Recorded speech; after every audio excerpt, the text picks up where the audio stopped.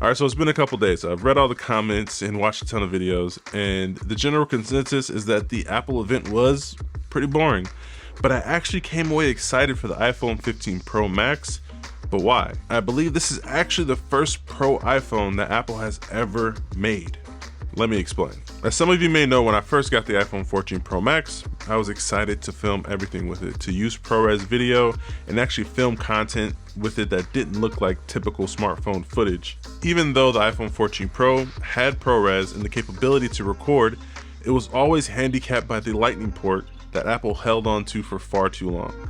Transferring video at USB 2.0 speeds was not viable, and not to mention internal storage was limited due to the size of ProRes video files. Like if you got a 512 gig, which I did, at times I was only able to really record like 5 to 10 minutes of video, considering all the other applications and photos and everything else that I had on my phone eating up storage.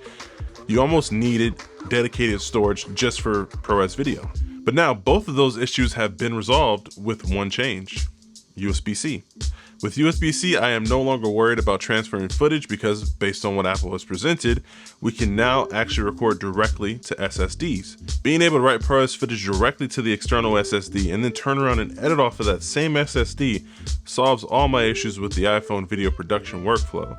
This one change has single-handedly made the iPhone a professional tool. I've said this in previous videos and I'll say it again.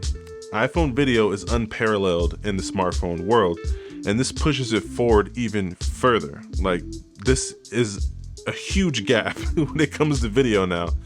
It's crazy.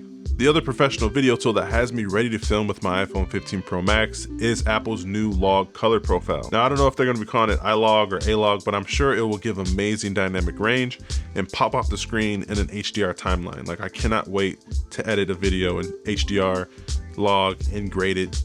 It's gonna be amazing.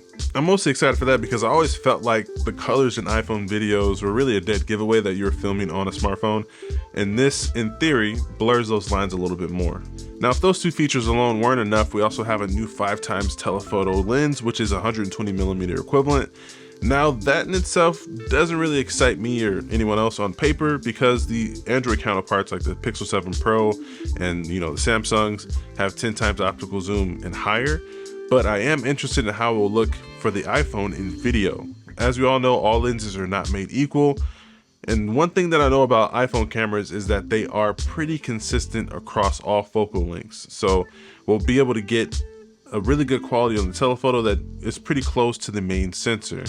And continuity is always a priority for Apple. So I know that they're gonna do camera and video right when it comes to this new lens. Even though it has unimpressive reach for stills, I think it'll still be of quality for video. I love using 85mm and higher focal lengths for capturing B-roll for music videos or just videos in general, because adding just a little bit of motion to those tele lenses goes a long way. And I believe, again, it'll mask the fact that you are using or filming on a smartphone. Now, there also are a couple other non-filmmaking features that I'm actually looking forward to.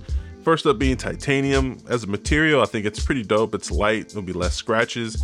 I also dig the color of the natural titanium. We all thought it was gonna be called Titan Gray, which I guess titanium gray makes sense. From what I hear, it's pretty close to the color of the Ultra watch. So natural titanium color, I'm all here for that.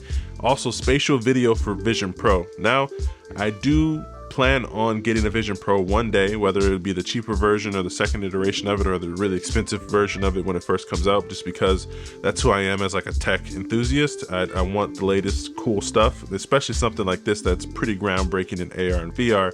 So the fact that you can actually record spatial video for the Vision Pro with your iPhone 15 Pro is pretty amazing, because during that keynote, and the guy with the dad was using the Vision Pro to record his kid's birthday or something, I was like, that just looks weird for everybody else. Like, you look like a freaking cyborg, you got this giant thing on your face. What kind of memory is that for the people that are watching you film them?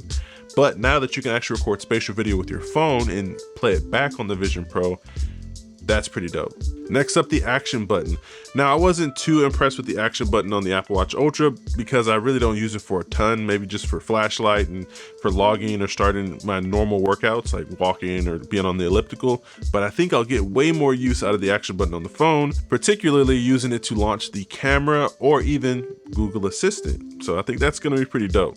Also, if there's anyone else out there that has a significant other that always loses their phone, precision tracking with the ultra wideband chip. So that way you can actually get turn-by-turn directions to your phone, to your partner's phone, to if they have Find My turned on, of course, to your devices. It seems like something that I really need because my wife's always losing her phone, finding her in the grocery store, stuff like that. I think that's pretty dope. Precision tracking, I'm all here for it. Another part of the keynote that was kind of cool, I'm not a huge gamer on my phone, but the A17 Pro chip, supporting ray tracing and all that stuff, that seems kind of cool.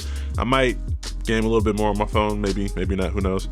Also, portrait mode and post. I know some people are debunking this, saying that you've already been able to do this, but the fact that Apple is fully supporting it and it's going to be more efficient and more reliable going forward, I'm here for portrait mode and post, because you can't always capture the moment in portrait mode, but you want a portrait mode photo. Having kids, taking pictures of them and they're running around like crazy, I can't always get the portrait mode shot, you know what I mean? So it's kind of cool to be able to do that in post, so I'm excited for that too.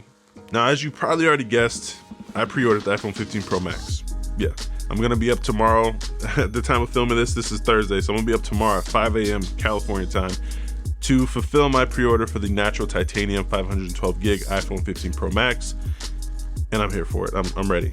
I'm excited. In addition to the phone, I also got a couple camera rigging tools, some cool filters, accessories. I partnered with a cool company that's going to send me some great stuff so that way I can capture the best iPhone cinematic video this year. I'm so down. I got a new gimbal. I'm ready. I'm ready to use the iPhone 15 Pro as a pro camera. I really want to push the boundaries of that. I plan on taking it around the city of LA and also using it for my upcoming trips to Mexico City. So if you want to see more in-depth coverage of the iPhone 15 Pro Max's video performance, definitely subscribe to this channel because it's going to be coming. I'm going crazy this fourth quarter. I cannot wait.